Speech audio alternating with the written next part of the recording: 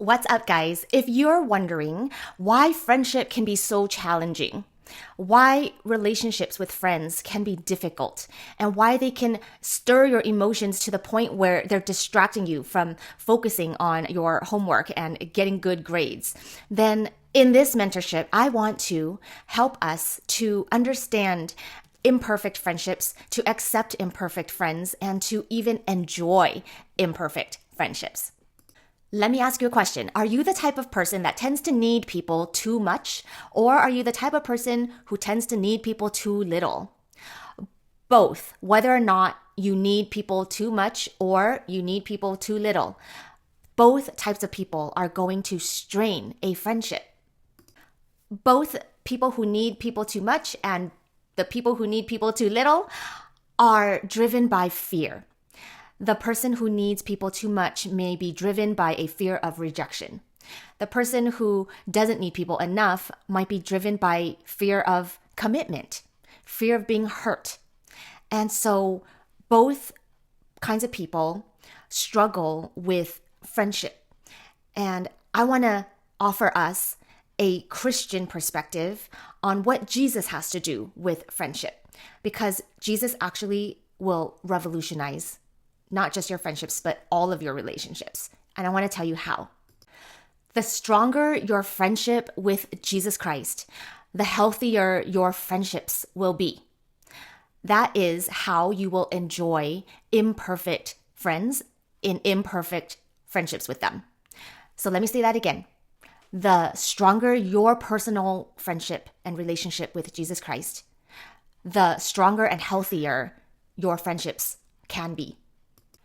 Why? Why is that? Because actually our deepest needs and our deepest desires are for significance, are for approval, acceptance, love, respect, forgiveness, grace. We crave grace from people. And actually all of those needs and desires are met by Jesus. People cannot satisfy those deepest needs and desires that we have. Does that make sense? When we go to other people, our friends, for love, for acceptance, for approval, for a sense of self-worth and personal security and identity and validation, we're actually abusing our friendships. We are looking to friends like they are God. So we are actually treating our friends like gods with a little g. We don't mean to, right? A lot of us don't even realize what our deepest needs and desires are. I sure did not have this perspective until well after college in my 20s. And so I want to put this life-changing biblical knowledge and my life experience before you now when you are young, in middle school, in high school, so that you can benefit from imperfect friendships and not have to struggle so hard with them. Those of you who meet with me regularly in a monthly leadership class or a mentorship session, you have heard these principles because we have gone through this book called The Search for Significance. And this book is all about how Jesus earned your acceptance, approval, forgiveness, with his own life and his death for you. That's the gospel. And my whole objective when I speak to students like you is to connect what Jesus did for you by living and dying in your place. Connect that to your actual, real, daily life. Because the gospel is so relevant to what you go through on a daily basis as a student, as a friend, as a family member. And I'm hoping that by revealing to you why our friendships mean so much to us will help you to understand what you're actually looking for in your friends and in your friendships.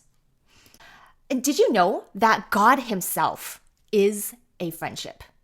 I learned this from a young adult fellowship that I attended in my 20s. And when I heard that the Father, the Son, and the Holy Spirit, the Trinity, are friends, they are a complete community. They are the definition of friendship. That blew my mind. The reason we want friends healthy friendships so bad is because God himself created us that way, right? You know, when God created Adam, he said, "It is not good for man to be alone. Let me create a helper for him." And the only thing God said on creation week that was not good is, it is not good for man to be alone. We are meant to be in community and in relationship with people because God himself is relationship and community and friendship with himself, the three parts of the Godhead. And we're not going to get into the doctrine of the Trinity right now, but that is why we crave community. Even the introverts, there's only so long that we can spend by ourselves before we crave the company of somebody else. God created us that way. If I had to pick one key ingredient to make a friendship work, it would be grace. And the reason that we can give grace to our friends to make that friendship work is because we have been given grace by God to restore our friendship with him when we sinned against him. What is grace? Grace is typically defined as unmerited favor. Favor you receive when you don't deserve it. But in seminary, I heard a better definition of grace, and that is of demerited favor. This is favor you receive when you have proactively, intentionally done something to lose favor, to disqualify yourself from receiving favor.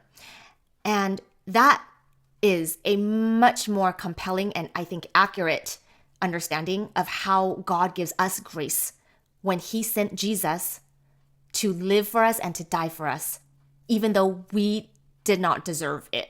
We rebelled against God willingly with free will that we chose to abuse in the garden, and yet God gave us his son. That is the kind of grace that will change us enough to give that same grace to our friends.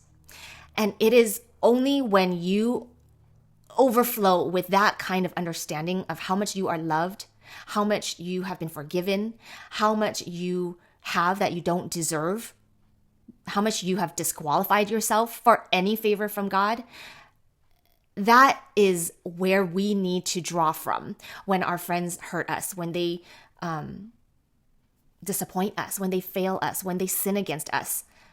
We have to have this reserve of grace to be able to give to them when they are imperfect. And so that's why you as a Christian, you have an advantage in friendships because you have grace from God that you can now draw from to give to other people. And that's how you can enjoy imperfect friendships because you don't need friendships for significance, for security, for self-worth, for confidence, for validation, for identity. You have all of that apart from your friends. You have all the love, belonging, acceptance, and security that you will ever need from God. And that is what we need to go to God for every day before we go to our friends. Does that make sense? So your friendship with Christ, the one who restored and healed your broken relationship with God, your relationship with Christ is what will free you to love your friends when they are failing you, when they disappoint you, and it frees them to love you and to accept you and to forgive you when you fail them, when you disappoint them, when you hurt them.